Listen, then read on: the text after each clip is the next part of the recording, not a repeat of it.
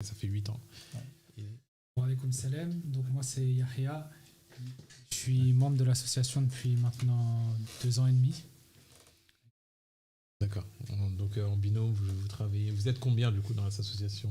On est un groupe de 6 membres permanents, D'accord. plus une sœur qui prend en charge les visites à domicile lorsqu'il s'agit de femmes seules. Donc on est 7 membres permanents, plus un vivier de bénévoles. D'accord. On utilise pour des opérations ponctuelles, pour les livraisons, pour la zakat el-fitr, etc. On en parlera tout à l'heure en détail, Inch'Allah. D'accord. Donc du coup, bon voilà, c'est un sujet qui est de mise en ce moment, c'est de parler de la zakat parce que bon, à la fin du Ramadan, on va devoir, enfin, durant le Ramadan, il va falloir que vous soyez au point pour la zakat el-fitr. Du coup, vous pouvez nous parler tous les deux conjointement de l'association et de comment vous fonctionnez. Alors l'association Abessona, c'est une association, comme je disais, qu'on a fondée en 2013 et elle a été créée sur... Elle a été créée suite à un constat assez simple, c'est qu'un jour, avec plusieurs frères, on est rentré dans la mosquée et c'était pendant la Ramadan et on devait s'acquitter de notre zakat el-fitr. Et c'est vrai que le seul moyen qu'on avait, nous, de nous acquitter de la zakat el-fitr, et je pense que c'est encore le cas dans beaucoup d'endroits, c'est de mettre un billet dans la caisse à la mosquée, une caisse qui est prévue à cet effet. Alors nous, on a mis le billet sans trop se poser la question du est-ce que c'est valable, est-ce que c'est pas valable. Nous, on voit la mosquée qui demande zakat el-fitr, on le met dans la boîte et puis on se pose pas trop de questions. Mais là où vraiment ça nous a interpellés, c'est quand on a vu qu'à la prière de l'Aïd, la boîte, elle est encore là. Et là, on s'est dit, comment ils font pour remettre ces sommes, ou en tout cas les convertir en denrées alimentaires, les donner aux nécessiteux pour l'Aïd, parce que la zakat el-fitr, l'objectif numéro 1, elle est de rendre heureux une famille le jour de l'Aïd. Une famille qui n'a pas les moyens d'être heureuse pour l'Aïd, et ben il faut que ce jour-là, tout le monde soit heureux. Le jour même. Il faut que le jour de l'Aïd, elle l'ait dans sa main. D'ailleurs, le prophète, alayhi salatu wassalam, il le dit dans un hadith authentique, il dit « Man adaha qabla as-salah fa innaha zakat. Man adaha ba'da as-salah fa innaha sadaqa. » Celui qui donne sa zakat el-fitr avant la prière de l'Aïd, c'est une zakat acceptée. Donc ça, celui déjà, on va en parler après, des précisions sur les zakats, etc. Ça, c'est important, ce que tu viens de dire, machallah. Donc du coup, excuse-moi, je te laisse continuer. Non, je t'en prie. Et donc, on a créé l'association suite à ce constat-là. Et donc, une fois par an, on fait la zakat el-fitr. Donc, on récolte les sommes des gens. On parlera tout à l'heure peut-être en détail de comment est-ce qu'on calcule le montant, etc. Donc, on récolte les sommes des gens qu'on convertit en denrées alimentaires et qu'on va livrer dans les familles dans toute l'Île-de-France. D'accord. Et au début, tu as commencé tout seul? Au début, on était 5. 5 frères, tous issus du bassin des Yvelines. Donc, on a créé cette association à 5. On a fait la demande en préfecture, etc. jusqu'à ce que l'association voit enfin le jour. On a commencé, je m'en souviens, en 2013, on a dû récolter, je crois, quelque chose de l'entour de 8 000 € de zakat qu'on a converti en nourriture. La deuxième année, c'était 15 000. Et puis l'année dernière, c'était quasiment 55 000 €. D'accord. Ah oui, 55 000 €. On a converti en 850 colis. 850 colis. Après, l'année dernière, il y avait peut-être plus d'argent qu'à l'accoutumée parce qu'il y avait le cas Covid et que vu qu'il y avait le site ouvert, ça a permis aux gens de donner directement en ligne. D'accord, ok. Donc, il y avait ce confort, enfin, cet aspect très facile de pouvoir donner. Donc, du coup, voilà, les gens... C'est ça. D'accord, ok. Donc l'année dernière, à la période de Ramadan, c'était confinement total. Donc mosquée fermée, c'était beaucoup plus compliqué de donner ou directement à ta mosquée la somme de ta zakat. D'accord, ok. D'accord. Donc du coup là, alors nous ce qu'on veut, on veut savoir déjà en premier lieu la différence entre les deux zakats dont vous prenez en charge. Alors, c'est une excellente question. Il y a la zakat el-fitr. Je pense que maintenant, tout le monde sait de quoi il s'agit. C'est la zakat qui permet de valider le jeûne. Donc, ça reste quand même un acte d'adoration important, obligatoire pour tout musulman, musulmane, homme, femme, enfant, adulte. Il y a même des savants qui vont jusqu'à dire que la femme enceinte, elle doit s'acquitter de la zakat de son fœtus. Donc, c'est vous dire à quel point c'est une zakat qui est importante. Encore une fois, elle valide le jeûne. Et elle apporte de la joie, du coup, aux nécessiteux au Yawm al-Aïd. Et il y a la zakat el-mal. La zakat el-mal, comment est-ce qu'on la prend en charge, nous? La zakat el-mal, c'est très différent. Pourquoi? Parce que la zakat el-mal, elle incombe à chaque musulman, mais elle peut être versée n'importe quand. Peut-être que tout à l'heure, on verra quelles sont les conditions, etc. Mais elle peut être versée n'importe quand. Donc, on la reçoit du 1er janvier au 31 décembre. Les familles s'acquittent de leur zakat el-mal. La zakat el-mal est non seulement une obligation, mais lorsque l'on parle dans le Coran, chaque verset qui parle de la zakat fait référence à la zakat el-mal. Elle fait pas référence à la zakat al-fitr. Elle fait référence à la zakat al-mal. Ce qui est la zakat al-mal en arabe ça veut dire les biens. Et c'est la zakat sur les biens. C'est un impôt obligatoire du pauvre sur le riche. Donc le pauvre prend une partie de quelque chose qui lui est dû. C'est le 3e pilier de l'islam. Donc ça lui est dû. Donc là, il y a la zakat al-fitr qui est pour rendre heureuses des personnes. Par contre, la mal, c'est quelque chose d'obligatoire, c'est un pilier de l'islam. Absolument. Ça, c'est important. Donc il faut que les personnes sachent de quoi il en ressort de s'acquitter de cette obligation. Absolument. 3e pilier de l'islam. Après, c'est vrai que malheureusement, en France, peut-être plus que dans d'autres pays, mais en France, je pense que tout le monde a une connaissance plutôt précise des 5 piliers de l'islam. On sait tous l'attestation de foi, un passage obligatoire pour attester de son entrée dans l'islam. La salat, beaucoup de gens connaissent, pratiquent, machallah, rigoureusement. On entend souvent des doros sur la prière, comment améliorer notre adoration envers Allah Azza wa Jal. Le ramadan, le pèlerinage à la Mecque. Mais c'est vrai que pour une raison, d'accord, pour laquelle je ne détiens pas la réponse, on parle très peu de la zakat, alors qu'elle est le 3e pilier de l'islam. Et je ne compte pas le nombre de références dans le Coran où Allah joint ensemble, dans un seul et même verset, la salat et la zakat. Et on a entendu un cheikh récemment qui nous expliquait le tafsir de la jointure entre les deux, la salat et la zakat. Et les savants disent que c'est parce que l'homme n'atteint la plénitude, c'est-à-dire le bonheur dans cette dunya, que lorsqu'il s'acquitte de ces deux choses. Il prie son Seigneur et il aide les pauvres. Et lorsqu'il pratique ces deux choses conjointement, il atteint ce qu'on appelle la plénitude. Donc le bonheur. Ok. Du coup, vous, l'objectif, donc du coup, sur comment vous procédez pour celle al-fitr, la zakat? Alors la zakat al-fitr, c'est un système qui est assez complexe d'un point de vue logistique, mais sur le principe en fait qui est très simple, c'est que on va prendre ton exemple, Guillaume. Tu vas aller sur le site internet www.sunna.fr, tu vas verser 7 €.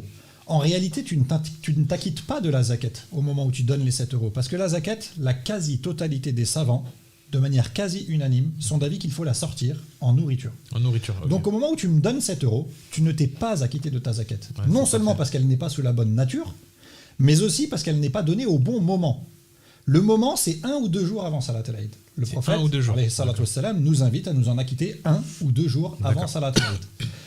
Mais ça veut dire que si tu la donnes aux nécessiteux directement. Par contre, si Guillaume décide de la confier à Abbé Sunna, il peut la confier en argent, n'importe quand, au début de Ramadan, dès le premier jour, et c'est Abbé Sunna qui se charge de convertir cet argent en nourriture et de la distribuer au bon moment, à la bonne personne, en ton nom.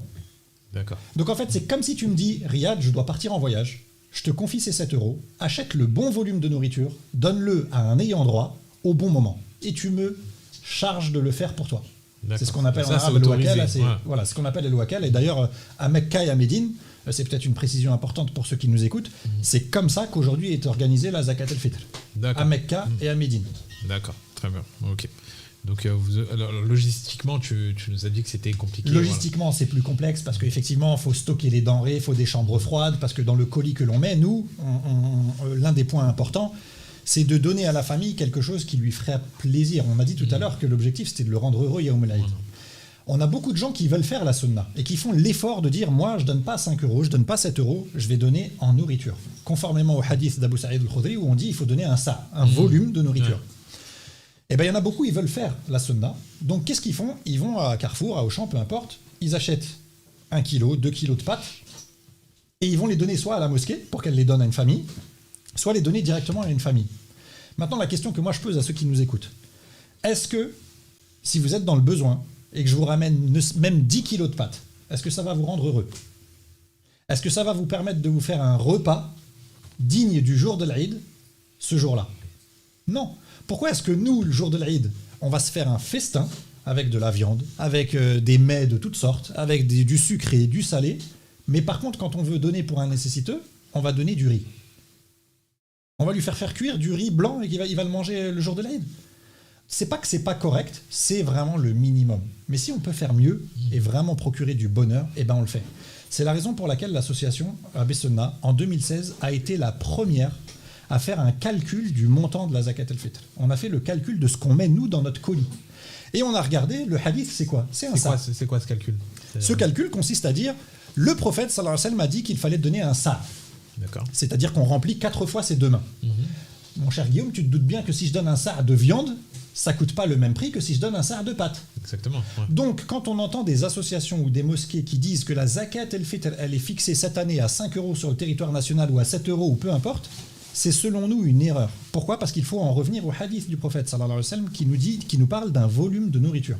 Et en fonction de la nourriture qu'on va donner, le prix ne sera pas le même. Après, c'est selon vous, c'est ça ? Selon nous. D'accord. Selon nous. Et vous, c'est qui du coup ? Et nous, on se base sur l'avis des 4 écoles. Dans les 4 écoles, il y a une école qui permet de la donner en argent. Les 3 autres écoles ne permettent pas de sortir la zakat al-fitr en argent. Maintenant, à partir du moment où on s'accorde à dire qu'il faut la donner en nourriture, et je pense que là-dessus, il n'y a pas forcément débat. La quasi-totalité des savants sont presque unanimes là-dessus, il faut la sortir en nourriture. Mais donc, si moi je la sors en nourriture, si j'achète de la viande, ça ne va pas me coûter le même prix que si j'achète des pâtes. Et c'est la raison pour laquelle, en fait, en réalité, il faut calculer le montant chaque année, en fonction de ce qu'on met dans le colis. Cette année, Abessona met dans le colis 2,5 kg de viande fraîche, 4 kg de pâtes, 1 kg de miel, de l'huile d'olive, de l'huile de cuisine, de la farine, de la sauce tomate, du thon. Des dates. Et en fait, il y a vraiment de quoi, 5 kg de riz, des dates. Et donc, il y a vraiment de quoi faire un vrai repas. D'accord. Et donc, les 7 € ont été calculés de manière très précise en prenant chacune des denrées. Je prends les pâtes et je remplis 4 fois mes 2 mains. Je regarde combien ça fait en grammes. Et ben, je sais combien me coûtent les pâtes. Je prends la viande, je fais la même chose et je sais combien me coûte la viande. À la fin, je sais que le coût moyen du sa' qui est mentionné dans le hadith du prophète sallallahu alayhi wa sallam est de 7 €. Et donc, je demande aux gens de s'acquitter de 7 € par personne pour que j'aille faire les courses à leur place. D'accord. Ok. Ok. C'est clair. Mais alors, du coup... La zakat al-mal, c'est un peu plus facile. Voilà. J'allais venir à celle-ci. Comment vous vous organisez par rapport à ça ? La zakat al-mal, c'est très facile. La zakat al-mal, c'est de l'argent. Il n'y a pas de conversion à faire. Ça rentre en argent et ça doit impérativement être redistribué en argent. L'association n'a pas vocation à transformer les sommes collectées en nourriture ou à décréter que la famille elle a besoin d'acheter des couvertures ou je ne sais quoi. C'est touché en argent, c'est redistribué en argent. Un point important avant que j'explique comment on fonctionne, c'est que l'association Abessona n'utilise pas le moindre euro comme frais de fonctionnement. Si Guillaume me donne 1 000 € de zakat al-mal, je reverserai à une famille bénéficiaire ou à plusieurs familles bénéficiaires 1 000 €. Il n'y a pas le moindre prélèvement qui est réalisé. Et si, alors, moi je veux savoir, est-ce qu'il y a des structures qui calculent, moi, ce que je dois en zakat al-mal ? Alors, côté donateur, il y a 2 côtés dans la zakat al-mal, il y a le donateur et il y a le bénéficiaire. Côté donateur, c'est une bonne question. On a mis quelques années à mettre en place une calculatrice. Elle est maintenant en ligne sur notre site internet. D'accord. Donc, il y a une page qui permet à chacun d'aller renseigner ce qu'il a en argent liquide. Est-ce qu'il a des actions ? Est-ce qu'il a une entreprise ? Est-ce qu'il possède des terres ? Est-ce qu'il possède de l'or ? Est-ce qu'il possède de l'argent ? Est-ce qu'il a des dettes ? Est-ce qu'on lui doit de l'argent ? Etc., etc., etc. Il va au fur et à mesure de son formulaire. Il nous envoie le formulaire. Et de l'autre côté, il y a des gens, des frères, qui ont été formés par des professeurs diplômés des plus grandes universités islamiques au monde. Ils ont été formés pendant plusieurs jours sur la zakat, sur les questions de la zakat et sur le calcul de la zakat, et qui vont calculer votre zakat à votre place. D'accord. Et en moins de 48 heures, vous recevez une synthèse complète de est-ce que vous êtes redevable ? Oui ou non ? Pourquoi vous l'êtes ? Pourquoi vous ne le seriez pas ? En fonction de l'indice du coût de l'or et de l'argent. Selon le nisab que tu utilises. Selon le nisab qu'on utilise. Il y a 2 nisabs. Bon, je ne vais pas rentrer trop dans les détails techniques, on risque d'être peut-être trop compliqué, mais pour s'acquitter de la zakat... C'est l'aspect technique. Voilà. Pour s'acquitter de la zakat, il faut posséder un minimum. Voilà. On ne s'acquitte pas de la zakat si on... Mais par contre, c'est obligatoire de se renseigner. C'est obligatoire de s'assurer qu'on est en dessous du minimum pour ne pas s'en acquitter. Mais si on est au-dessus, on doit s'en acquitter. On doit s'en acquitter. C'est une obligation et on en parlait tout à l'heure, 3e pilier de l'islam. Exactement.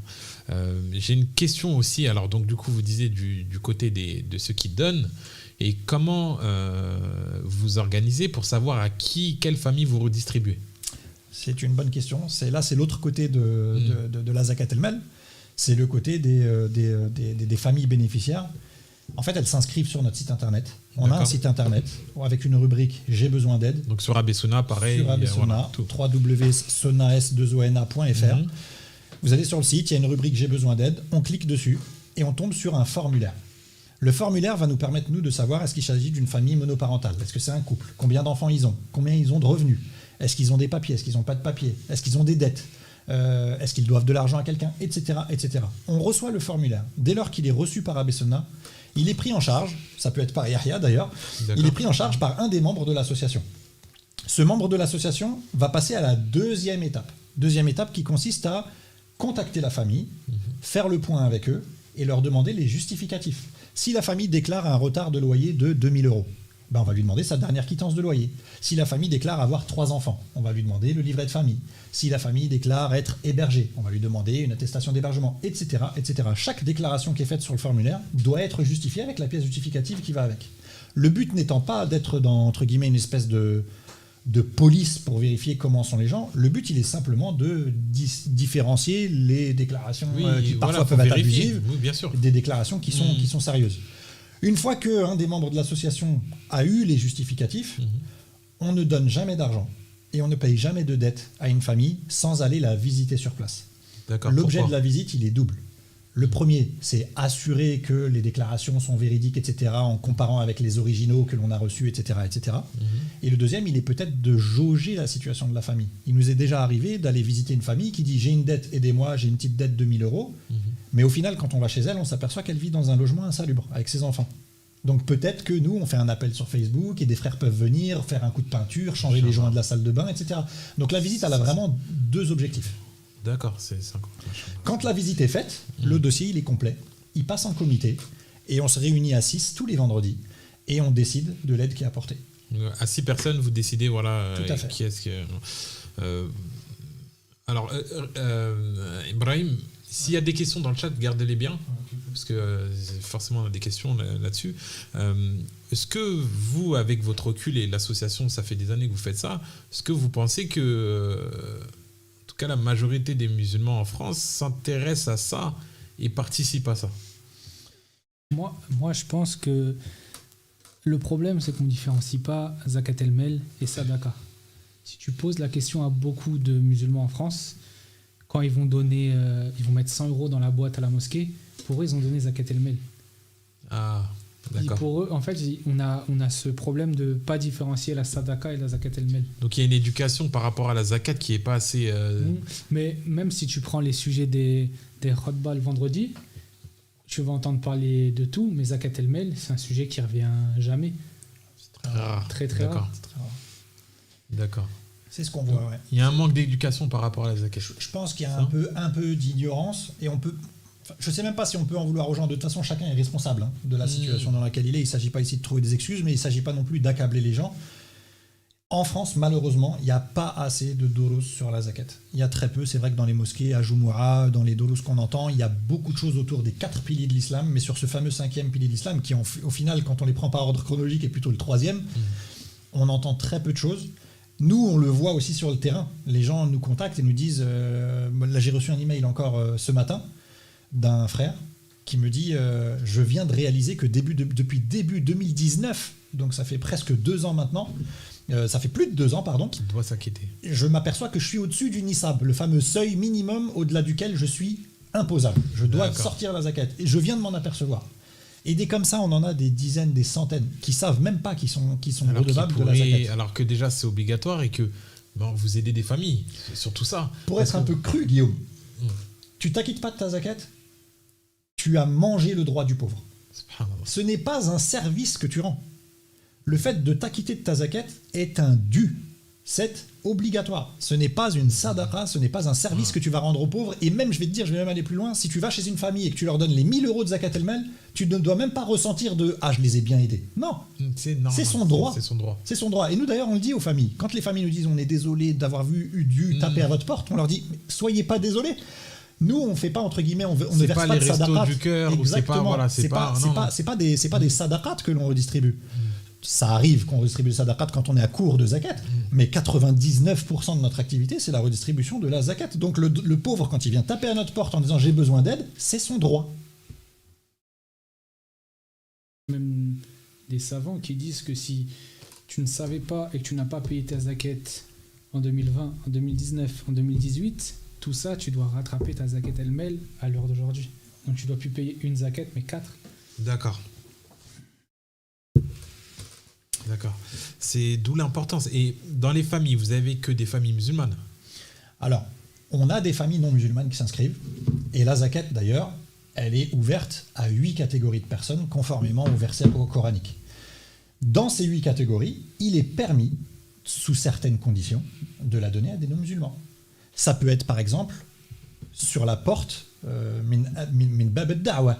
Si je veux faire, moi, je sens que cette famille, elle est proche de l'islam, c'est peut-être quelqu'un qui, en voyant ce que les musulmans sont capables de faire, etc., va peut-être se convertir à l'islam, ou en tout cas s'intéresser au sujet, etc., ou en tout cas changer son opinion ou son regard sur l'islam. Il est permis, dans certains cas bien précis, de la donner à des non-musulmans. C'est vrai que nous, on a rarement eu le cas, on l'a déjà eu. Les quelques fois où on a eu des familles non-musulmanes qui nous ont contactés, on prend malgré tout le soin, quand on a suffisamment de sadaqa, de sortir en sadaqa. Si une famille non musulmane vient me voir, elle a une dette, elle a besoin d'aide, et ben on a les aumônes qui, elles, ne sont pas soumises aux mêmes restrictions que la zakat. On utilise les aumônes pour aider ces familles-là. D'accord, Inch'Allah. Ok. Et donc du coup, alors vous faites ça. Est-ce que vous avez un projet pour pouvoir du coup sensibiliser les gens à ça, pour pouvoir étendre, je sais pas, le mouvement, enfin le mouvement, étendre justement votre association partout dans la France, etc. Est-ce qu'il y a un projet par rapport à ça ? Alors on a un projet en cours, et peut-être avant d'en parler, je tiens à vous remercier de l'invitation, pour une raison toute bête, c'est que les invitations comme celle-ci permettent peut-être de faciliter non seulement côté donateur, si on a des gens qui sont en difficulté et qui nous écoutent, ils peuvent aller sur notre site internet, s'inscrire. C'est vrai que là pour l'instant les inscriptions sont fermées parce qu'on est sur les opérations de Ramadan, les iftar et puis la zakat el-fitr. Mais dès la fin de Ramadan, les inscriptions seront rouvertes. Donc ce genre d'émission que vous animez peut permettre de faciliter à des familles bénéficiaires. Mais elle peut aussi beaucoup permettre à des familles qui peut-être se rendaient même pas compte qu'il fallait qu'elles sortent leur zakat. Qui peuvent, c'est surtout et qui peuvent compter sur des associations ça, en fait, proches pour sortir la zakat. Proche, là on n'est pas rentré aujourd'hui dans tous les détails parce que la zakat c'est un sujet qui est très vaste, on pourrait en parler pendant des heures, mais la zakat elle a beaucoup il y a beaucoup de choses où le prophète alayhi salatu wassalam nous incitait à le pratiquer de cette manière. L'un des exemples, c'est que on voit beaucoup de zakat en France qui part à l'étranger. Nous on estime à Bessona que c'est pas normal d'aller aider à l'étranger quand en bas de chez toi il y a quelqu'un qui est dans le besoin. Celui qui est en bas de chez toi, il est prioritaire, et c'est pas moi qui le dis. Ça, c'est le prophète alayhi salatu wassalam qui nous enseigne que c'est les proches en premier. Quand je dis les proches, ça veut dire que s'il y a quelqu'un dans ta famille qui est dans le besoin, il est prioritaire. Ensuite, c'est peut-être ton voisin. Puis ensuite, c'est dans ta ville. Puis ensuite, c'est dans le département. Puis ensuite, c'est dans le pays. Puis ensuite, si dans le pays, il n'y a pas de pauvreté, et malheureusement, c'est une croyance aujourd'hui qui existe, que nous, on voit, beaucoup de gens pensent qu'en France, il n'y a pas de pauvres. Et encore plus aujourd'hui avec le Covid, où la situation, elle se complique encore plus. Voilà, par rapport à ça, justement, vous avez pu ressentir... une dégradation par rapport à tous les gens qui avaient des travails précaires, aujourd'hui ils n'ont plus de travail tout simplement. Nous on a eu le cas d'une famille il n'y a pas très longtemps dans le 92, ils ne pouvaient plus payer leur loyer. La mère est avec 2 enfants dans un logement dans sa famille, et le père avec 2 autres enfants dans un autre logement, parce que vu qu'ils n'ont plus les moyens de payer eux-mêmes un logement, la famille elle est séparée en 2, dans 2 foyers différents, dans des familles, dans leur famille, parce qu'ils n'ont plus les moyens de payer eux-mêmes un loyer. Et parce que la crise Covid a fait que ils ont perdu tout simplement leur travail. Il y avait déjà beaucoup de pauvreté avant la crise, et la crise, elle a fait passer le nombre, c'est des chiffres officiels de l'INSEE, de 12 millions de 9 millions de personnes sous le seuil de pauvreté à 12 millions. Sur 60 millions. Donc on est passé de 9 à 12 en l'espace d'1 an et quelques mois. D'où l'importance aux personnes qui doivent vérifier si elles peuvent en fait participer à cette zakat. C'est incroyable. Donc du coup, quels sont vos projets pour justement pour étendre ça, pour sensibiliser les personnes à ça? Alors, alhamdulillah ala ni'mat al-islam. Allah nous a vraiment gratifiés par l'islam. On a une chance incroyable d'être musulmans. Ceux qui sont entre guillemets, quand je dis nés musulmans, c'est peut-être pas le bon terme, mais ceux qui sont nés dans des familles musulmanes, ils ont sans doute encore plus de chance. Ceux qui se sont convertis ont été choisis pour se convertir. Et à la fin du fin, ça fait un groupe de musulmans qui doit remercier Allah Azza wa Jal tous les jours d'être musulmans. Notre religion, elle est parfaite. Elle est parfaite, et encore une fois, d'un point de vue social, on voit qu'elle est parfaite. Pourquoi ? Parce que la zakat, Si chaque Français et Française de confession musulmane s'acquittait de sa zakat correctement, je pèse mes mots, je pense qu'il y aurait quasiment plus, voire plus de pauvreté en France. Parce qu'on est d'un point de vue purement statistique. Si chaque chef d'entreprise, si chaque kebab tenu par un commerçant musulman, chaque épicerie, chaque travailleur, les sportifs de haut niveau, etc., s'acquittait de 2,5% de ce qu'ils possèdent chaque année, vous vous rendez compte de ce que ça génère comme montant ? C'est des montants énormes. On aurait des familles qui auraient plus à se soucier de payer comment vont payer leur loyer en fin de mois, on aurait des familles qui mangeraient à leur faim, on aurait des familles qui pourraient scolariser leurs enfants correctement, mettre leurs enfants à la cantine quand elles ont besoin de les inscrire à la cantine, etc. etc. Nous, la problématique que l'on a pour répondre à ta question, Guillaume, c'est que la zakat, elle est imprévisible. C'est-à-dire qu'on ne peut pas, nous, dans notre trésorerie, nous dire on a tel budget. J'ai aucune idée de la zakat que je vais toucher. Cette année, moi, je peux être soumis à la zakat. L'année prochaine, j'ai perdu mon emploi, je ne suis plus soumis à la zakat. Et donc, moi, cette année, je donnais tous les ans à Bessona, l'année prochaine, je ne donne plus. Donc, c'est très difficile de savoir à l'avance combien on va toucher et quand on va le toucher. Donc, on est malheureusement contraint de fonctionner sous un certain modèle qui est assez limitant, c'est qu'on aide sur du ponctuel. C'est-à-dire qu'une famille qui nous contacte, elle a des dettes de loyer, elle a une difficulté, on va s'assurer que c'est une famille qui est quand même malgré tout en capacité de payer son loyer ensuite, parce qu'il ne s'agit pas de payer la dette de loyer parce que les 3 mois qui suivent, elle se retrouve dans la situation initiale. Donc on s'assure quand même que c'est des familles qui sont capables d'assurer leurs dépenses, etc. Mais c'est dommage d'avoir à arriver à filtrer et de nous dire on est obligé de vérifier que la famille elle est capable de payer ses créances. Donc nous on aide en one shot si tu préfères. Une famille elle a une dette, elle a des difficultés, on va l'aider une fois, on va lui donner un billet supplémentaire pour qu'elle puisse tenir quelques mois et on s'arrête là. Idéalement, qu'est-ce qu'on aimerait faire ? On aimerait, une famille me contacte, on va prendre la définition coranique du mot nécessiteux. Le nécessiteux, c'est celui qui gagne un petit peu moins que ce qu'il a besoin de dépenser. Exemple, quelqu'un il gagne 800 € par mois, il a 1000 € de dépenses, quand tu prends son loyer, sa nourriture, tu prends toutes ses dépenses, il a 1000 € de dépenses, il gagne 800 €, c'est un nécessiteux. Quelqu'un qui gagne 400 € alors qu'il a 1000 € de dépenses, c'est un pauvre. Ça, c'est la distinction qu'il y a dans le Coran. Eh bien, tu prends ce nécessiteux, il lui manque 200 € pour vivre correctement. Le top, ce serait qu'on puisse lui donner, nous, 200 € tous les mois. Tous les mois, qu'on lui verse 200 € jusqu'à ce qu'il sorte de sa situation. D'ailleurs, les savants sont d'avis que le nécessiteux, son haq, son droit, c'est une aide pendant 1 an. Ça, c'est pas moi qui le dis, encore une fois, c'est... Donc l'objectif, là, c'est vraiment de cibler les nécessiteux. Les nécessiteux et les pauvres. D'accord. Un pauvre qui me contacterait, qui aurait besoin de beaucoup plus, qui aurait besoin, je sais pas, je dis un chiffre au hasard, quelqu'un qui aurait besoin de 1000 € tous les mois, pendant 6 mois. Un exemple, je prends un étudiant qui aurait besoin de 500 € pour assurer ses études, son année d'études. Ouais. Il a besoin de 500 € qui lui permettraient d'éviter d'aller travailler le soir et de foirer ses examens. Et ben nous, on aimerait bien pouvoir lui donner 500 € tous les mois pendant 6 mois pour qu'il puisse finir son année. Mais pour pouvoir faire ça, il nous faut un revenu qu'on anticipe à l'avance, qu'on puisse être certain qu'on a bien les ressources nécessaires, et un revenu constant. On sait qu'Abessona est capable de faire rentrer en trésorerie 10 000 €, 15 000 €, 20 000 € tous les mois. Pour le faire, on a lancé un projet que l'on a appelé le Challenge Abessona. C'est quoi le Challenge Abessona ? On l'a mis en place avec des savants d'Arabie, avec les 6 frères de l'association. On en a un petit peu parlé, on a pris beaucoup les conseils de Younous pour mettre en place ce projet. Et au final, le projet consiste à une espèce de cercle vertueux. C'est quoi ce cercle vertueux ? C'est je donne à Abessona et donc je fais une bonne action. Et encore une fois, je ne rends pas service à Abessona. Je me rends service à moi-même en fait. En donnant pour une bonne cause, il faut vraiment qu'on apprenne à comprendre que quand on est sollicité de toutes parts, qu'on reçoit des SMS, tiens, il y a un enfant malade, faut aider, ah, tiens, il y a une cagnotte cotise up pour telle mosquée, tiens, il y a un puits en Afrique, tiens, il y a ceci, il y a cela, on devrait se réjouir d'être harcelé. Ouais. Ce sont à chaque fois des opportunités incroyables de faire du khayr alors que tu es assis chez toi sur ton canapé. Par contre, la yukallifullahu nafsan illa wus'aha. Allah ne charge une âme que selon sa capacité. C'est pas parce qu'on est sollicité 10 fois par jour qu'on va aider 10 fois.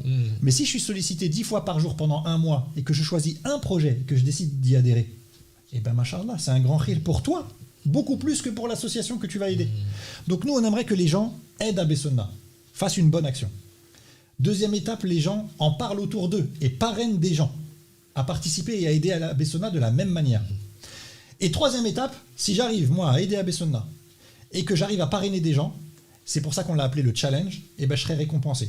comment va me récompenser Abbé Sonna au-delà de la récompense divine d'Allah Azza wa Jal? Abbé Sonna va me récompenser en m'offrant des cours pendant 1 an dans un institut partenaire. Il y a l'institut Maïdars qui enseigne le fiqh, la sira, la akida. Il y a des cours pour les femmes, du tafsir, du hadith. Après, il y a 2 autres partenaires qui sont Mon Coran et moi et Vivre le Coran. D'accord. Et c'est situé où sur C'est des Tout cours en ligne. D'accord. Tout est en ligne. Donc n'importe qui en France qui souhaite adhérer au projet Challenge Abbé Sonna, et alors pour faire court, on laisse pas le choix de la somme. On a voulu faire très simple. 10 €. On estime vraiment que c'est à la portée de tout le monde.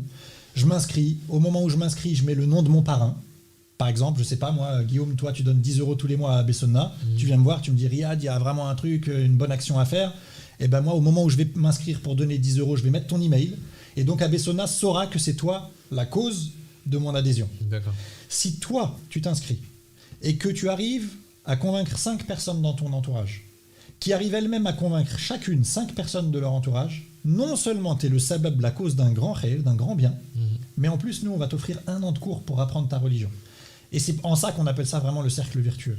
Et les 10 €, c'est pas pour la trésorerie d'Abbé Sonna, c'est pas pour aller faire des photocopies. Je sais qu'il y a beaucoup de gens qui s'inquiètent de donner, et après on voit l'argent qui part dilapidé dans des campagnes de communication pour aller imprimer des trucs en couleur et envoyer. C'est pas l'objectif. Sur 10 € qu'on touchera, il y a 5 € qui iront dans ce qu'on vient de parler, à savoir l'aide à long terme. Okay. Un étudiant qui a besoin d'un revenu complémentaire, une famille qui a besoin d'un petit coup de pouce tous les mois pendant 1 an, pendant 6 mois, pendant 3 mois. 5 € sur les 10 € iront aux aides à long terme. 1,25 € et 1,25 € iront sur 2 projets particuliers. Un projet pour les enfants, pour les fêtes de l'Aïd, leur offrir des cadeaux de l'Aïd. Nous, on aimerait bien, quand on arrive avec la Zakat el-Fitr, le colis, c'est souvent des enfants qui nous ouvrent la porte. On aimerait bien, en plus du colis, avoir des cadeaux pour l'Aïd. D'accord. On aimerait bien aider les familles pour payer les frais de la scolarité. À la rentrée scolaire, ça coûte très cher. Je ne sais pas si vous avez des enfants. Moi, j'ai 3 enfants. Et les frais de rentrée scolaire, c'est un budget. Il y a des gens, ils ne peuvent pas se permettre. Et ils ne peuvent pas se permettre, qu'est-ce qu'ils font? L'école reste obligatoire. Ils envoient leurs enfants avec rien. Et leurs enfants, vous savez comment c'est à l'école, il n'y a pas de pitié. Les enfants se moquent les uns des autres, etc. Ils sont pointés du doigt, etc. Donc il y a 1,25 € qui seront exclusivement réservés aux projets pour les enfants. Il y a 1,25 € pour les aides d'urgence. C'est quoi les aides d'urgence? C'est nous, il nous arrive des fois, on a le coup de fil, on est à l'association, on a le téléphone qui sonne, et on a une maman de 65 ans, et je vous parle d'une histoire qui nous est arrivée, qui nous appelle et qui nous dit ça fait 10 jours qu'elle dort dans un local vélo. On fait quoi? La Zakat el-Mal ne permet pas de répondre à ce besoin-là. Pourquoi? Parce que la Zakat el-Mal, je ne vais pas la dilapider dans des frais d'hôtel. Et après, je vais la mettre à l'hôtel. Est-ce que ça va véritablement me permettre de la sortir de sa situation? Ça va être une aide très court terme. Mais on est ultra sollicité sur des aides parfois urgentes. Vous avez sans doute tous déjà reçu des WhatsApp où on voit une dame à la rue. Même dernièrement, sur les réseaux sociaux, il y a une sœur qui était seule avec ses 2 enfants dehors, qui a été mise à la rue. Expulsée, ouais. Non, même pas qui a été expulsée. Elle est sortie de chez elle avant d'être expulsée. Elle est sortie avec ses 2 enfants. La DAS lui a pris les 2 enfants. Elle était toute seule à la rue. Alors que si une association comme Abbé Sonna ou une autre a les moyens de pouvoir aider directement, ces gens-là, tu peux les mettre à l'hôtel, les diriger vers une assistante sociale pour trouver une solution où la famille reste ensemble déjà. Donc ce serait vraiment un budget pour les aides d'urgence. Et les aides d'urgence, c'est en particulier les gens qui sont à la rue. Il reste 2,50 €. Et les 2,50 € pour nous, c'est sur un thème que l'on a besoin de professionnaliser, parce que nous, les membres de l'association, on n'est pas des professionnels du domaine. C'est une assistante sociale. On a besoin aujourd'hui d'une assistante sociale. Et vous savez quand est-ce qu'on s'est aperçu qu'une assistante sociale, elle était primordiale? Wallahi, c'est un khir même pour la zakat. Vous savez pourquoi? Quelqu'un vient toquer à ma porte. Il a 6 000, 7 000, des fois il nous arrive même 12 000 € de dette de loyer. Est-ce que je lui donne 12 000 € de zakat? Sur le papier, il a le droit. Il est endetté, il a le droit de bénéficier de la zakat et de bénéficier de 12 000 € pour qu'on solde sa dette. Mais c'est dommage de mettre 12 000 € dans un dossier de loyer retard, alors qu'il y a des aides qu'on pourrait avoir par ailleurs. On a appris, nous, au fur et à mesure de l'expérience, qu'en France, il existe ce qu'on appelle le FSL, c'est le Fonds de Solidarité Logement, qui permet, lorsque la dette elle est supérieure à 5 000 €, de faire payer tout ce qui est au-dessus de 5 000 € par c'est pas la ville, c'est le département. C'est le département. Par le département ou la région. Ou la région. Un des deux. Et ça, c'est quelque chose qui n'est pas, c'est pas une information. Alors ça, c'est pas une information qui est forcément à la portée de tout le monde, mais nous, on aimerait vraiment avec ce petit budget de 2,50 € par mois, qui sera, Inch'Allah, je l'espère, multiplié par tous ceux qui adhéreront à ce projet, ben on aimerait pouvoir avoir une assistante sociale à temps partiel qui va nous aider à faire les visites à domicile, à aider des familles qui ne parlent pas bien français de faire des papiers, des démarches administratives, être certain qu'il y a des aides gouvernementales, nationales, locales, de la ville qui ne sont pas disponibles pour nous éviter de dépenser la zakat quand c'est possible. Et donc on estime que c'est vraiment quelque chose qu'il faut qu'on mette en place. Et voilà les 10 €. Donc vous voyez bien que sur les 10 €, il y a entre guillemets rien pour l'association. Mais tout ça, alors, machallah, mais c'est quelque chose d'énorme, c'est structuré. Vous avez du monde derrière, du coup, des professionnels. Alors, des professionnels, justement, c'est ce qu'on cherche. On cherche à professionnaliser. Aujourd'hui, pour répondre à ta question, ce n'est pas professionnalisé. Et islamiquement parlant, dans tout ce que vous faites, c'est quelque chose de vérifié. Qu'est-ce que tu par rapport au alors par rapport je sais pas, mais si vous mettez en place un challenge, etc., c'est toujours dans les règles. C'est toujours dans les règles. Et en fait, ce que disait Riyad tout à l'heure, c'est qu'il n'y a aucune décision importante de l'association qui est prise sans concertation avec les savants avec qui on est en contact en permanence. D'un point de vue purement religieux, c'est clair qu'on ne prend jamais de décision seule. Et pour répondre peut-être, pour ne pas laisser la place à l'ambiguïté, le challenge à Bessona, d'un point de vue purement cahier des charges et restrictions, il sera beaucoup plus souple que le reste de l'activité d'Abessona. On a parlé de la zakat el-fitr, c'est très strict, on en a parlé tout à l'heure, c'est d'une utilisation très rigoureuse à un certain moment, pour certaines personnes, etc., sous une certaine nature. On a parlé de la zakat el-mel, c'est pareil, c'est réservé à une certaine catégorie de personnes, à un certain moment, c'est redevable par une certaine catégorie de personnes, etc. Là, le challenge Abessona, on en appelle pour le coup, non pas à l'obligation des gens, mais on en appelle à la générosité des gens. Et là, pour le coup, c'est des sadaqat. Et les sadaqat, c'est vrai que d'un point de vue purement utilisation pour l'association, c'est un peu plus souple. C'est un peu plus souple en ce sens où il n'y a pas de cahier des charges très restrictif, religieusement parlant, comme pour la zakat. D'accord. Donc c'est vraiment un service d'accompagnement que vous, au lieu de, voilà, comme on reçoit dans les groupes à chaque fois, on aide une personne qui est à la rue, on lui donne un billet, et pendant une semaine, d'accord, elle est soulagée, mais après, au bout de la deuxième semaine, elle retourne à la rue. Là, c'est vraiment quelque chose d'accompagné et quelque chose de vraiment solidaire, qui appelle à la solidarité, c'est bien ça? Absolument, Barakallahu Fik, c'est un excellent résumé. Le challenge à Bessona, en gros, c'est pour passer d'une aide ponctuelle à une aide sur le long terme pour les familles qui ont besoin d'une aide long terme. Excellent, c'est excellent. Inch'Allah. Qu'Allah vous facilite, les frères. Amin. Vous facilite. On va mettre tous les liens du coup en dessous de la vidéo. Ouais, tout est là. Il y a des questions par rapport à ça? Résumer tout ça, on va dire en quelques phrases. En plus, la différence entre les zakat el-mel et les zakat el-fitr. Alors oui, la différence du coup entre les deux zakats, il faut en résumé en gros. Ouais. Alors en résumé, encore une fois, lorsqu'on parle dans le Coran de la zakat, on parle de la zakat el-mel. La zakat el-mel, c'est la zakat sur les biens. C'est-à-dire que Allah Azza wa Jal, dans sa grande sagesse, il a décrété que un riche, dès lors qu'il est riche, il doit en donner une partie à celui qui est pauvre, à celui qui est dans le besoin. C'est pas plus compliqué que ça.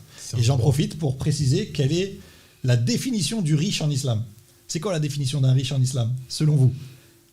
Moi, j'ai été assez surpris quand on nous a donné la définition. Quelqu'un qui peut manger, boire et qui a un toit sur sa tête. Eh ben, barakallahu fik, c'est presque ça. C'est celui, tu as 1000 € de dépenses. Dans le mois, tu touches 1000 €, tu es un riche en islam. Si tu possèdes ce dont tu as besoin pour vivre, quand je dis vivre, c'est pas s'acheter un yacht ou c'est vivre dans des conditions standards. Si tu possèdes de quoi vivre dans des conditions standards, c'est-à-dire te loger, t'éduquer et manger, tu es riche en islam.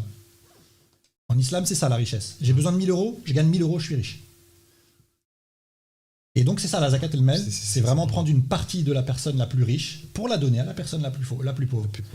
La zakat elle est obligatoire, vraiment. Elle est obligatoire. Voilà, c'est le troisième pilier de l'islam. C'est le troisième pilier de l'islam, elle est obligatoire. La zakat el-fitr, c'est un volume de nourriture que l'on va prélever sur le jeûneur, sur le musulman, pendant son jeûne. Il doit s'acquitter de sa zakat el-fitr, que ce soit un homme ou une femme, que ce soit un adulte ou un enfant, un père de famille qui a 3 enfants. Il va devoir, ou pas. S'il a été malade pendant le jeûne. S'il a été malade, il doit s'acquitter de sa zakat el-fitr également. Le jeûne, lui est entre guillemets, il en est soustrait parce qu'il est malade pour cause de maladie, mais malgré tout, il y a une compensation, ce qu'on appelle la fidia, que d'ailleurs l'association ramasse aussi. pour aller la redistribuer. D'accord. Et donc cette fameuse fidia qui est la compensation de celui qui ne peut pas jeûner. Mais la zakat el-fitr, aussi, que l'on jeûne ou pas, vous en ça, on occupez. ramasse. Tout à fait. D'accord. On s'en occupe, on récolte les fidias sous forme monéraire que l'on transforme en denrées alimentaires et qu'on redistribue aux ayants droit. Et donc la zakat el-fitr, c'est ça, c'est un volume de nourriture qui doit être donné avant la prière de l'Eid. J'insiste, c'est vraiment très important, elle doit être donnée avant la prière de l'Eid à une famille qui est ayant droit, et donc c'est-à-dire une famille dans le besoin, pour chacun des membres de votre famille. Si vous avez 3 enfants et une femme, vous devez vous acquitter de la zakat el-fitr pour vous-même, votre épouse et vos 3 enfants. Et selon les savants du fœtus, si la femme est enceinte. Si la femme est enceinte, on le compte, ouais, tout à fait. D'accord. Voilà la différence. Donc, du coup, ça, c'est la différence entre les deux. Ça, c'est la différence. Cette année, l'association l'a fixé à 7 € par personne. Si vous êtes 5 dans la famille, 35 € pour la famille. Quand vous faites le don sur le site internet, c'est vraiment important. Je sais que ça paraît être un détail technique, mais c'est vraiment important. Si vous décidez de confier votre zakat el-fitr à Bessonna, vous ne confiez que de l'argent à Bessonna. Ce n'est pas encore de la zakat el-fitr. Si aujourd'hui, vous prenez votre ordinateur, vous allez sur le site, vous sélectionnez zakat el-fitr et vous donnez 35 € pour les 5 membres de votre famille, en fait, vous nous donnez la responsabilité de convertir ces sommes en zakat el-fitr à votre place. D'accord. C'est important dans l'intention. Et ce sera fait, Inch'Allah, avant Salat al-Eid. Et on le fait depuis 2013. Il nous est même arrivé, pour vous dire, de distribuer jusqu'à 4 h du matin, 5 h du matin. Pourquoi ? Parce que la totalité de la zakat el-fitr, 100%, doit être distribuée avant la prière. Donc il n'y a rien de pire que d'entendre l'adhan de la mosquée pour la prière de l'Aïd et qu'on ait encore, nous, des cartons chez nous et qu'on n'aurait pas distribué. Je crois que même, ça m'est même arrivé de les faire la dernière livraison et d'aller à la salade directe. Ouais, je crois que c'est arrivé il y a 2 ans. Même d'être en train de distribuer à l'heure du Fajr. Ouais, vous avez ce souci de vraiment... Et que du coup, tu en as la moitié qui est en train de prier, l'autre moitié en train de distribuer et tu t'inverses. Voilà, et tu te dis, il n'y a pas quelqu'un qui a une bouteille d'eau là parce que ça fait tout. Enfin, t'as plus l'eau d'eau tout simplement. D'accord. Et que t'es au milieu de la rue en train de distribuer des colis, les derniers colis quoi. D'accord. Mais alhamdoulilah, Allah Azza wa Jal nous a permis depuis 2013 de sortir la totalité. On n'a jamais eu d'accident, on n'a jamais eu de problème où on s'est retrouvé dépassé. On a une organisation qui est, machallah, maintenant carrée. D'ailleurs, il y a des vidéos qui sont disponibles de chaque année. Si vous allez sur le site internet, on a une page Zakat el-Fitr et vous y avez la distribution de 2020, de 2019, de 2018, de 2017 et on remonte comme ça jusqu'à 2016, je crois. Moi, je vais rajouter une petite chose. C'est que celui qui veut venir distribuer avec nous pour Zakat el-Fitr ou même les iftars, il est le bienvenu. D'accord. Que même celui qui n'a pas de moyens pour mettre de l'essence, Bessonna lui payera son essence parce qu'il ne faut pas que ça soit te dire moi j'ai pas d'argent, je peux pas le faire. Viens, tu veux faire du bien, on va t'aider à pouvoir faire donc, ça. Donc un peu de main d'œuvre aussi. Ouais, machallah. Toute bonne motivation et bonne à prendre s'il y a des gens qui sont motivés pour nous aider, bien entendu, c'est bien à prendre. Après, c'est vrai que maintenant, il y a un peu les restrictions sanitaires qui font que c'est un peu plus compliqué qu'en temps normal. Mais ouais, le message de Yahya, il est très important. Si quelqu'un est motivé pour faire du khayr, qu'il ne se mette pas de barrière. Voilà, vous entendez. Brahim, il y a d'autres questions ? En vrai, c'est une dernière question. C'est les gens qui sont très intéressés par votre... Et ils veulent juste envoyer une garantie fiable. Comme ça. Alors, est-ce que c'est vérifiable ? Donc, du coup, tout ce qui est dit, tous les services que vous rendez, est-ce que c'est vérifiable par les donateurs ? Est-ce qu'il y a un suivi ? Alors, je vais répondre peut-être un petit peu de manière décalée. Si vous regardez les vidéos de l'association, vous allez vous apercevoir, et encore une fois, je ne veux pas tirer la couverture vers nous, mais on prend soin depuis 2013 à ce que l'honneur des bénéficiaires soit un maximum préservé. Vous ne verrez jamais une vidéo sur notre site internet où le bénéficiaire il n'est pas flouté. On prend soin et c'est du travail. Vous qui êtes dans un peu la technique, etc., vous savez que flouter des visages en mouvement, etc., c'est du travail. Mais on le fait. On floute les bénéficiaires. Les inscriptions se font de manière complètement anonyme, c'est-à-dire qu'on ne divulgue jamais les coordonnées de nos familles. Ça nous est déjà arrivé d'avoir une association qui nous appelle et qui nous dit « Donnez-nous le listing de vos familles, on va les aider ». Même si c'est pour une aide, on préfère préserver l'honneur de nos familles qui nous ont fait confiance. Elles se sont inscrites. Les données ne sont consultables que par les membres de l'association. Cela étant dit, comment est-ce que moi je m'assure que quand je donne ma zakat, ça arrive au bon endroit ? Sur notre site, sur la page Zakat el-Mal, il y a un maintien à jour à la rame mensuelle. Chaque mois, on publie les dossiers les plus gros. J'ai aidé 4 familles ce mois-ci. Il y en a une en particulier qui nous a marqué parce que non seulement l'aide était conséquente, mais aussi sa situation nous a touchés, et ben, il y a un résumé. On publie un résumé sur notre site internet de la situation de cette famille, de combien on lui a donné, et de quelle est sa situation maintenant. D'accord. Par exemple, ça nous est déjà arrivé des dizaines de fois, alhamdulillah, grâce à Allah et grâce à la zakat, d'éviter des expulsions. Ouais. On a déjà évité des expulsions à 2 jours près. On a des familles qui dormaient plus la nuit. Vous imaginez, vous, un père de famille avec des enfants qui dit après-demain je vais me faire expulser. Bah, à 2 jours près, il se faisait expulser. Et alhamdoulilah, il s'inscrit sur le site et l'association a pu prendre en charge les loyers de retard et ils ont pu garder leur appartement. Donc c'est vrai que c'est peut-être pas assez comme moyen de vérification. Et après, bon, on confie, voilà, c'est, on va dire qu'on confie cette action à Allah.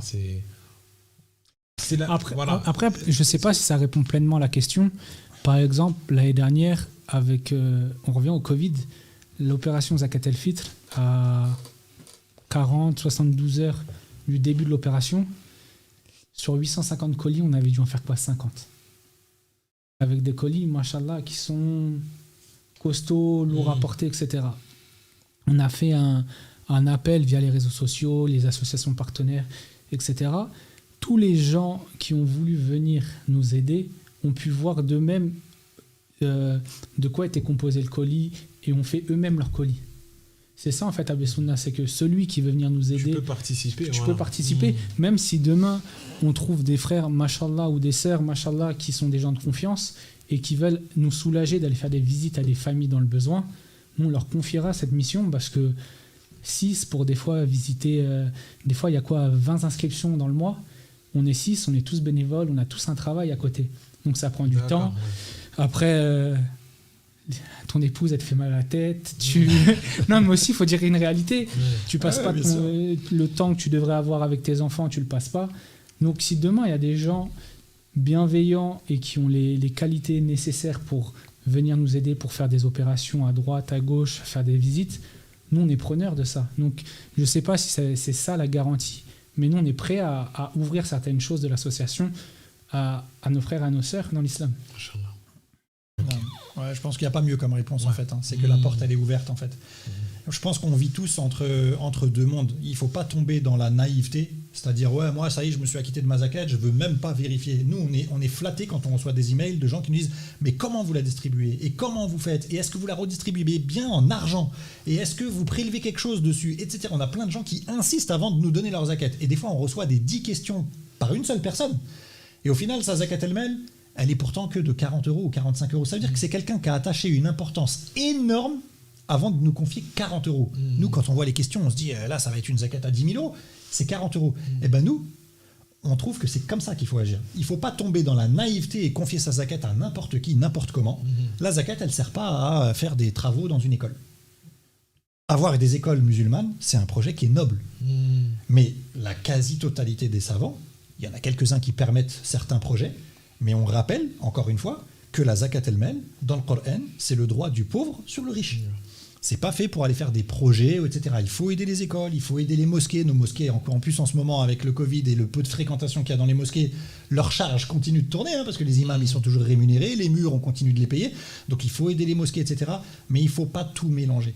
La zakat el-mal, elle est destinée aux pauvres. Et Abbé Sunna prend le soin de la redistribuer aux ayants droit, aux pauvres, aux nécessiteux, aux endettés, etc.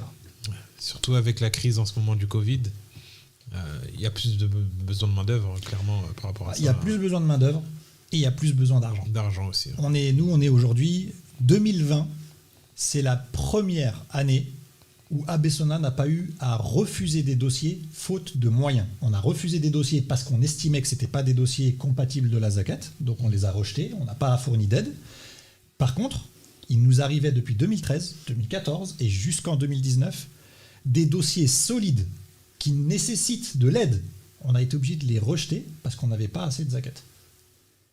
Alors ça nous arrive de taper dans la sadaqa quand on n'a plus assez de zakat, mais il arrive des fois où on n'a ni zakat ni sadaqa. Et là, je lance vraiment un appel à chacun. Ne laissez pas Shaitan vous faire tomber dans l'autre extrême, qui consiste à dire « je les ai pas vus, je les connais pas, je sais pas comment ils font, j'ai pas de preuves, donc du coup je donne pas ». La zakat, Akhil Karim, ma chère sœur, c'est une obligation. Ce n'est pas un service que l'on rend aux pauvres. C'est même une obligation de vérifier, comme on disait. C'est là parce que là, il y a cette démarche d'aller vérifier, et on peut le faire sur votre site, comme vous l'avez dit, d'aller vérifier si on se doit de l'acquitter ou pas, si on a les moyens de le faire? Je vais vous dire, on peut aller visiter, on peut aller sur le site, on peut nous appeler au téléphone, et celui qui veut venir nous visiter au local, à Bessona, pour voir comment on travaille, etc., il est le bienvenu. Il ou elle d'ailleurs.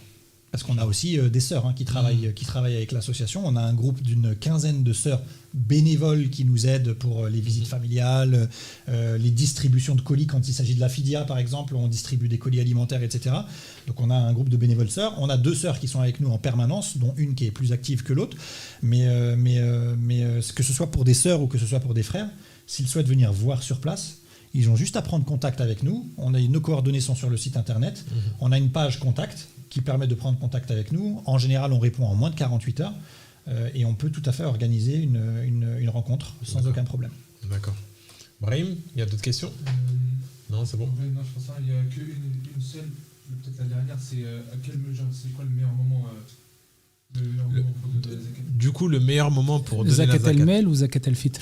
C'est ça, le pas précisé. Pour Mel, je pense. Qu'on parle de la zakat el-Mel, la zakat el-Fitr. De toute façon, elle est qu'à un moment, on n'a pas le choix. On n'a pas le choix, c'est qu'à un moment, c'est Ramadan chaque année, et c'est 1 ou 2 jours si on s'en acquitte soi-même, 1 ou 2 jours avant Salat al-Eid. Par contre, si on veut la confier à une association, dès le premier jour du mois de Ramadan, on peut confier les sommes à une association, et l'association s'occupe de la donner, elle, au bon moment. Pour la zakat el-Mel, il n'y a pas véritablement de moment. Il y a 4 conditions pour être redevable de la zakat el-Mel. Un musulman. Il faut être musulman. On ne va pas aller demander à quelqu'un qui n'est pas musulman de s'acquitter de la zakat. Il faut être musulman. Il faut posséder un minimum de biens. On ne va pas demander à quelqu'un qui est déjà lui-même en galère de s'acquitter de la zakat el-Mel et d'aider un autre. Il faut posséder un minimum de moyens. Ce qu'on appelle an-nisab en arabe, le seuil. Ce seuil, c'est le seuil minimum au-delà duquel on doit s'acquitter de la zakat el-Mel. Il faut jouir de l'entière propriété de ce bien. C'est-à-dire que si c'est un bien que je partage avec d'autres, il n'est pas comptabilisé. Il faut jouir de l'entière propriété du bien. Et pour finir, il faut le haoul. Le haoul, c'est l'écoulement d'une année. C'est-à-dire que moi, par exemple, si toi, demain, tu gagnes 10 000 euros, est-ce que je vais te demander de sortir 2,5% tout de suite? Non. Tes 10 000 euros, ils sont à toi. Si au bout d'1 an, tu les as encore, c'est là que tu sors la zakat el-Mal. Donc au final, je viens de répondre de manière indirecte à la question.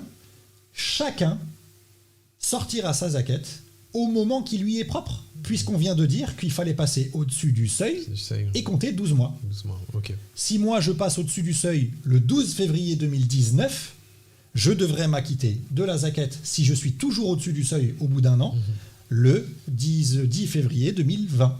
D'accord. Ça, c'est pour que si je le prends en calendrier grégorien. Mais idéalement, il faut le faire avec le calendrier hégirien, idéalement. Mais on peut le faire avec le grégorien aussi. D'accord. Ok. Donc, allez tous vérifier, du coup. C'est une obligation. Donc, c'est un devoir que vous avez. Donc, allez tous vérifier. Et est-ce que tu aurais un dernier mot, du coup, pour vraiment motiver les gens? Oui, pour leur dire à quel point ça a un impact sur les familles qui ont besoin de cet argent.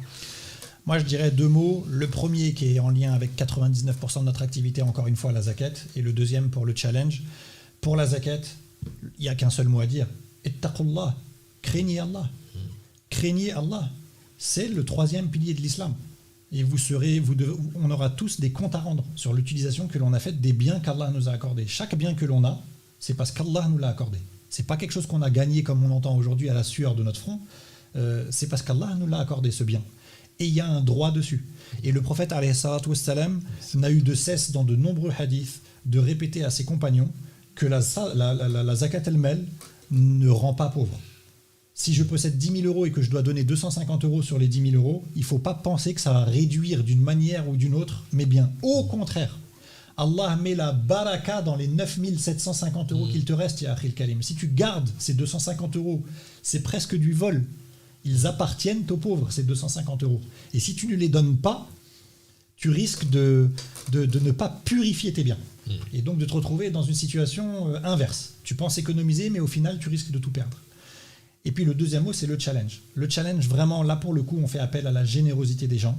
10 euros par mois, véritablement, on pense que c'est pas un gros effort. La page du challenge sera mise en ligne ce soir à minuit. Elle n'est pas encore ouverte. Ce soir à minuit, la page du challenge sera ouverte et on invite les gens du coup à nous confier 10 euros par mois. Tout sera expliqué sur la page et à tenter de gagner le challenge.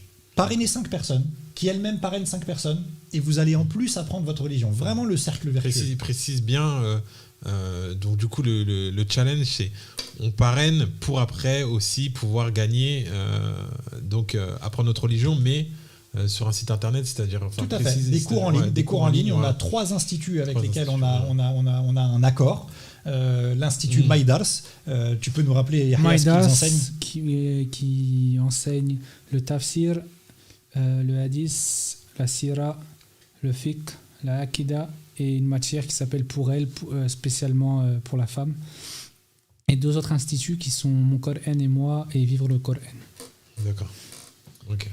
Donc si vous arrivez à remplir votre challenge, eh bien, vous aurez 1 an d'abonnement gratuit au choix dans l'un de ces 3 instituts, soit pour apprendre votre religion d'une manière très générale sur les thèmes que Yahya vient de mentionner, soit pour apprendre à être un compagnon du Coran avec l'un des 2 instituts qui proposent des cours d'apprentissage du Coran avec une manière très particulière et très ludique. Ils ont d'ailleurs leur site internet que l'on peut aller visiter avant de s'engager sur l'une ou l'autre des formules. D'accord, voilà. Pour 10 € par mois sur ce challenge, quoi. Voilà. Et sur les 10 €, encore une fois, très important, c'est 10 € totalement en faveur des familles bénéficiaires.